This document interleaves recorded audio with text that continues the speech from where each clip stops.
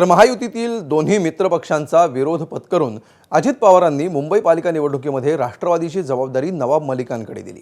त्यानंतर आज पत्रकार परिषद घेत नवाब मलिकांनी अजित पवारांचे आभार मानले। काहींनी विरोध केला असताना अजित पवार ठामपणे पाठीशी उभे राहिल्याचं त्यांनी म्हटलं।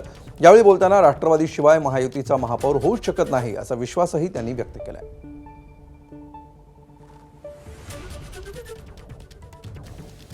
आणि विशेषकर मी दादाचा आभार मानतोय की काही लोक माझ्या नावानी भूमभूम करत होते की हे असतील तर आम्हाला तुम्ही नको। दादांनी ठामपणे निर्णय घेतले आहे की नवाब मलिकच्या पाठीशी आम्ही उभे आहोत, आम्हाला तुमच्या युतीची गरज नाही आणि स्वबळावर लढण्याचा निर्णय झाला।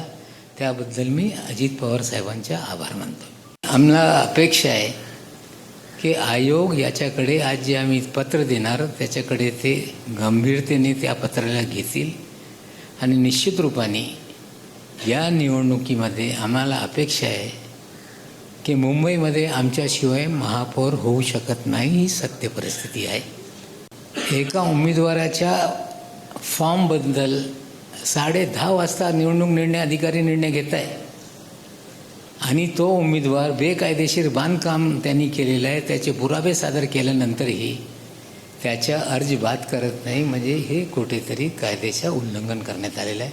आता मी अधिकाऱ्यांना बोलू इच्छितोय की ही लोकशाही आहे। लोकशाहीमध्ये जे कायदे निर्माण करण्यात आलेले आहे, जे नियमावली घालण्यात आलेली आहे, त्याची काटेकोरपणे अंमलबजावणी केली पाहिजे।